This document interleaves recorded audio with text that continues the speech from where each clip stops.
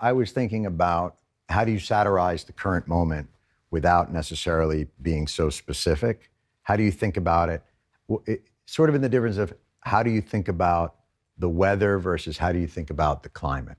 So I was trying to figure out, was there something about the climate of our current political system, the larger systems at play and how those systems are incentivized that create the kinds of outcomes that we're finding, the sort of more corrupted outcomes. So rather than sort of focusing on, a Trump-like figure or a political figure that's taken off, you try and think about it from a systems perspective.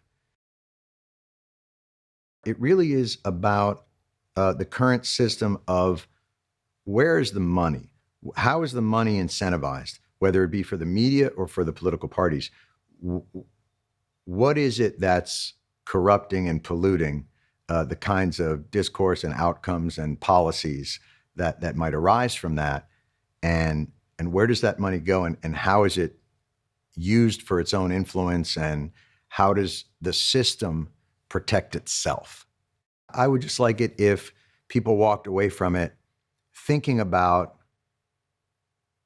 the system as a whole and the outcomes that we get when we allow the entire system to become sort of self-propagating, and that the financial incentives are for very negative outcomes.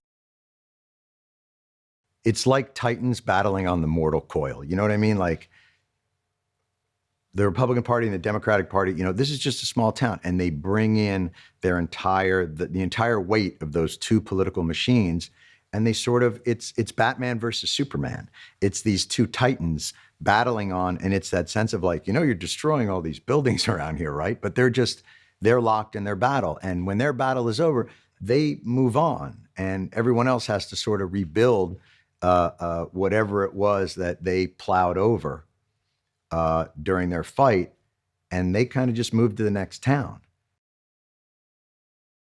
Steve was really the only, I really did write this for him and with him in mind.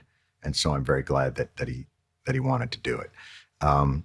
Because it's a difficult character, because it's, what do you do with someone that who might believe in what they're doing ideologically, who might be very principled, but they live in a world that is less principled, and what does that do to them? He's one of the few people that I've ever met who could play all those different notes, from the comedy to the more serious parts, but also you still, there's a certain sadness to his life. Like, his life is about trying to get money for these things that he believes in, and he pays a big price for that as well.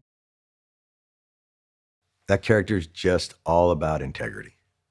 And that's the way I always viewed Chris. He's just one of those guys that he does great work, and then he goes and he lives where he wants to live, and he doesn't play the game.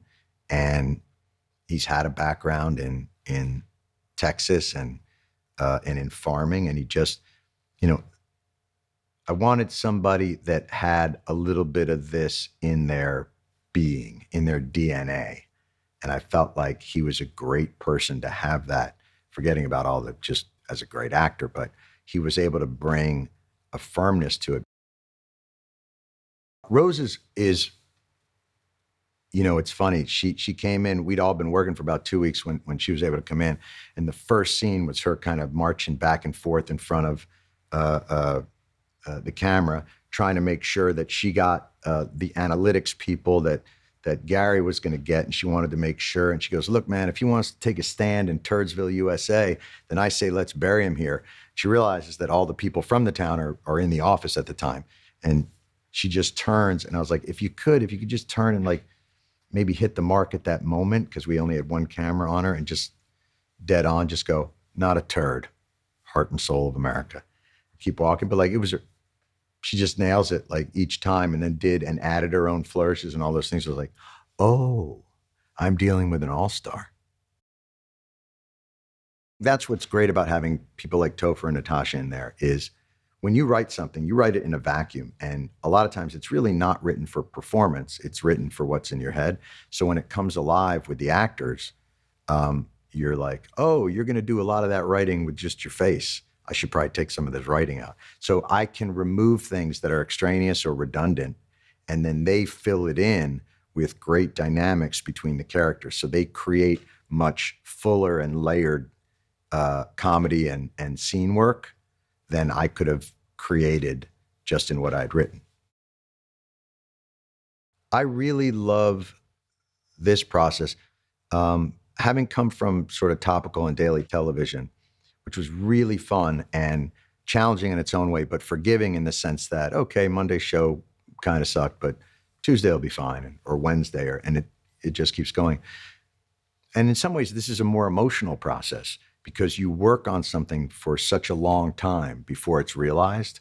And then as it's being realized, you bring in people like Grace Yoon and Alex Bovard and Bobby Bukowski, and they elevate what you had written through production design and costume and cinematography.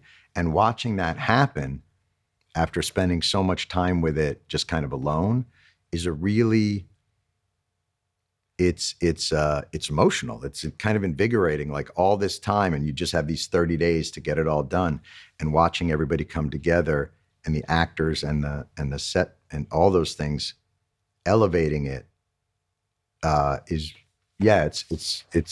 it's very exciting. I took great care in running this by a lot of people that are in that world to make sure that it met the test of believability.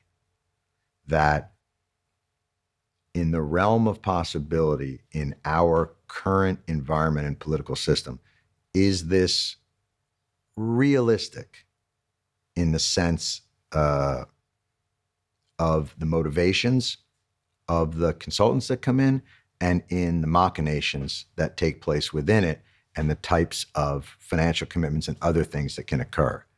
And so I tried to very much calibrate it to those realities so that if you step back from it and think about what its intentions are, that those are realistic. And so that was the starting point, is that this had to be realistic, that this could occur. And, you know, none of them, if anything, they just got sad as they would read it and just go, yeah, that could happen. You know, there was never any like, no way, that's nuts. That would never happen. It was more like, yeah, I could see that. That's when I knew that I was finding the right range. There is a concerted effort to make it that there is a right and a left, and it's the only way to view it. And that viewing it from the perspective of integrity versus corruption might be a more accurate frame to look at it, but it's a more difficult frame for them to sell. Red blue is a lot easier to sell than, yeah, that's an interesting point, but that might not be. And watching the conversation, look, there's a whole industry that exists to take issues and make them indecipherable to the average person, to just use language to manipulate whichever you want without getting the real facts of it out to people. And unless we have a guardian that is as tenacious as those that are seeking power, we're going to continue to find ourselves in these kinds of situations. Jack Hastings is our key back into the great now swing state of Wisconsin.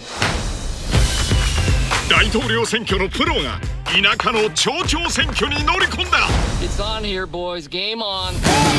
This is the A-team. 裏の手、奥の手、仁義なき選挙エンターテイメント。Oh,